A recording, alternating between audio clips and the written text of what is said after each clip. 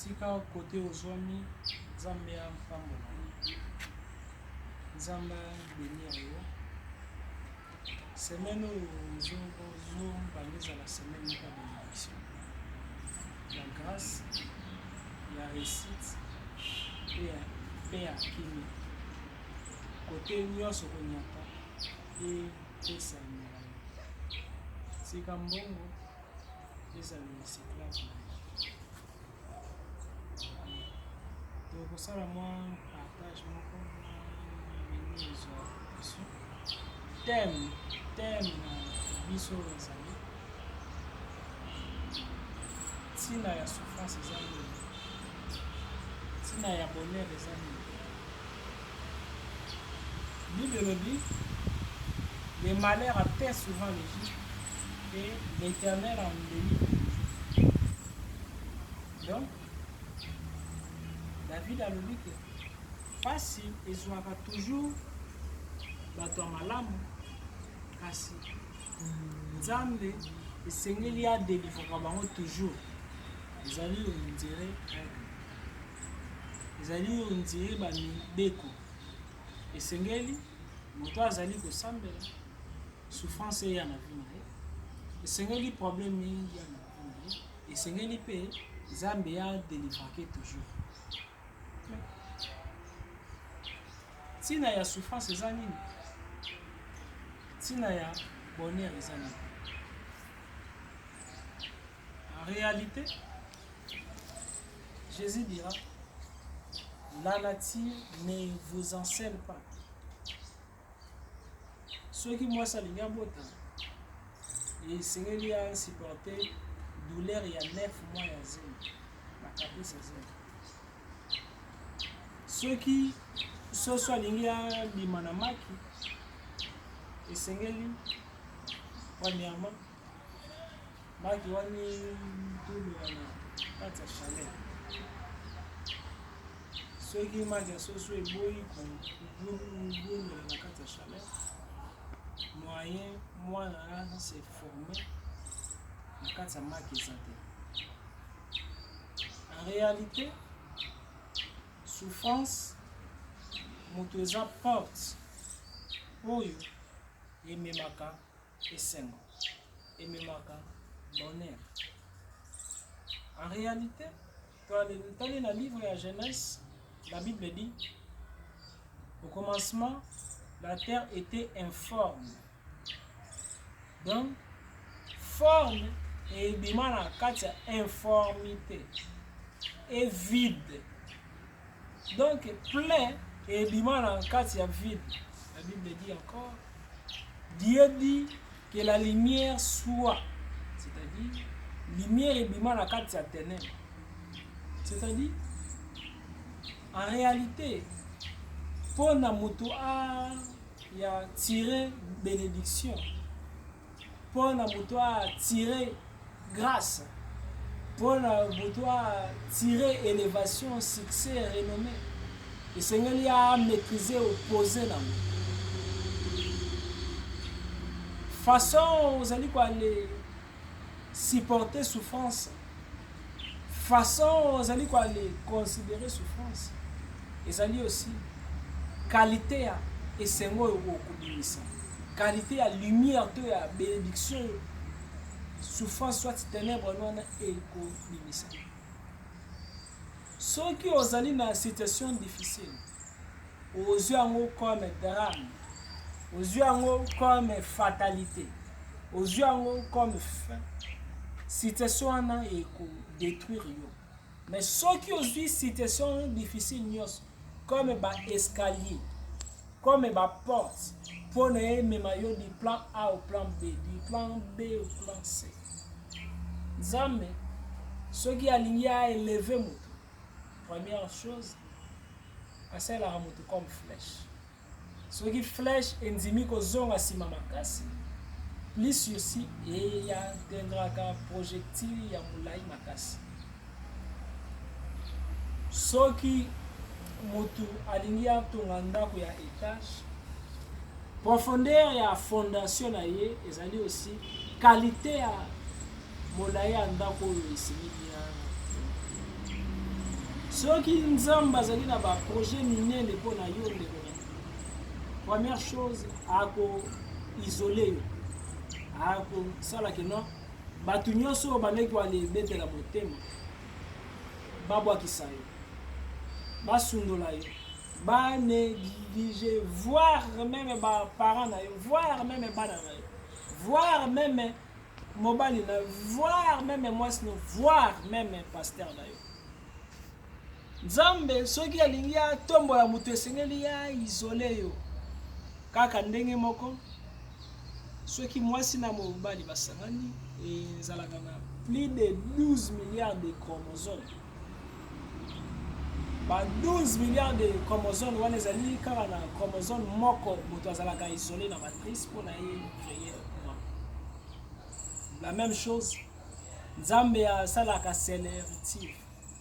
Soki alingi a formé yo makasi akokotiso pe na souffrance makasi.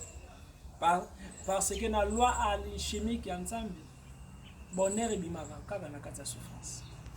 Lorsque Nzambe alingi a élevé Jésus makasi, afungoleli porte ya liwa ya soni, afungoleli porte ya calomnie na ya humiliation, akufi bulu.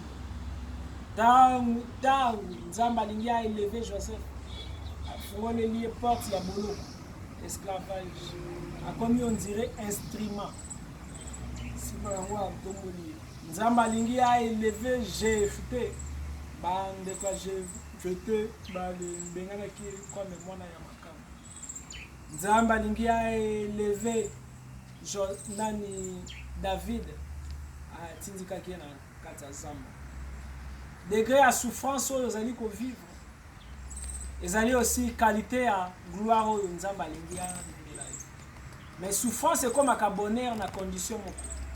Souffrance ekomaka bonheur soki ozali kovivre yango avec amour, avec foi, avec confiance, surtout avec connaissance. Tika koale condamner Nzambe ke Nzambe asundoli, tika ko condamner Nzambe ke Nzambe azoyoka yo te. Nzambe azali omniprésent. Esika moko te oyo Nzambe azangi kozala.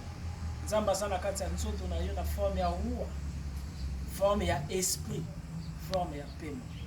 Na ye ko exhorter yo kaka pour la semaine oyo. Ndeko nanga, garde encore espoir. Dieu veut transformer ta vie. Mais arrête de t'apitoyer. Parce que chaque situation négative, ils ont un savoir, ils ont une science, ils ont une connaissance, ils ont une sagesse dans la carte. Et Seigneur, pourquoi souffrance est? Pourquoi situation est? Situation est et ya kate pone détruire biso, mais et ya kapone tika message. La Bible dit, Dieu parle tantôt d'une manière, tantôt d'une autre. Tango yo Nzamba atindi Jonas na Ninive. Jonas aboyi, Nzamba asalelaki ba situation, asaleli mbonge, asaleli mbisi pona a faire passer message na Jonas que Jonas mission na yo yango yo te. Kende na Ninive. Nzambe asalelaka ba moyen ebele pona ko le faire passer biso message. Nzambe azali na projet sérieux.